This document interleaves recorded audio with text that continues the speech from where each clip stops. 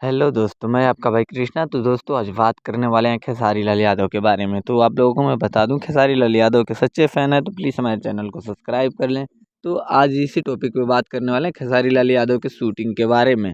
तो खेसारी लाल यादव का शूटिंग कहाँ हो रहा है, मैं आप लोगों को बता दूँ कि एक बहुत ही ज़बरदस्त सॉन्ग का शूटिंग हो रहा है, जो खेसारी लाल यादव का गाना आते ही मार्केट में बवाल मचा देगा। बहुत ही ज़बरदस्त गाने का शूटिंग हो रहा है दिल्ली में। हाँ जी दोस्तों, दिल्ली में शूट हो रहा है, बहुत ही ज़बरदस्त और बहुत ही फाड़ू सॉन्ग। मार्केट में आते ही सबका हवा टाइट कर देगा, चाहे वो पावर स्टार पवन सिंह हो या अरविंद अकेला कल्लू हो या रितेश पांडे हो या समर सिंह, सबका हवा टाइट कर देंगे। खेसारी लाल यादव का इतना ज़बरदस्त सॉन्ग शूट हो रहा है रानी एक्ट्रेस के साथ। तो आप अगर हमारे चैनल पे नए हैं, वीडियो को पहली बार देख रहे हैं, हमारे चैनल पे पहली बार आए हैं, तो प्लीज़ हमारे चैनल को सब्सक्राइब कर लें, वीडियो को लाइक करें, कमेंट बॉक्स में ज़रूर बताएं आप किसके फ़ैन हैं।